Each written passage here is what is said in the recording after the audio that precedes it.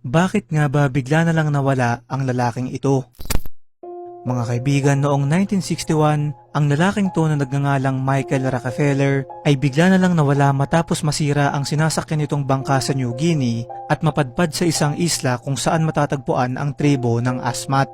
Ang larawang ito ay ang pinakahuling litratong kuha mula sa kanya matapos nitong mawala ng tuluyan. Ayon sa opisyal na pahayag ng kanyang pamilya at ng Dutch government, siya raw ay nalunod nung masira yung kanyang bangka, kaya lang hanggang ngayon ay hindi pa rin natatagpuan ang kanyang katawan. Ayon naman sa research na ginawa ng author na si Carl Hoffman, ay maaari daw na pinatay at kinain siya ng tribo dahil kilala rin sila sa tinatawag na ritual cannibalism kung saan sila ay kumakain ng laman loob ng tao dahil sa kanilang sariling religious practice. Kaya lang ilang taon lang ang makalipas mula nung siya ay mawala. Sa isang dokumentary ng National Geographic patungkol sa Asmat tribe ay naging palaisipan sa mga tao ang larawang ito dahil makikita na tila ba parang may isang lalaki ang kamukhang kamukha ni Michael Rockefeller na para bang siya ay parte na nung tribo.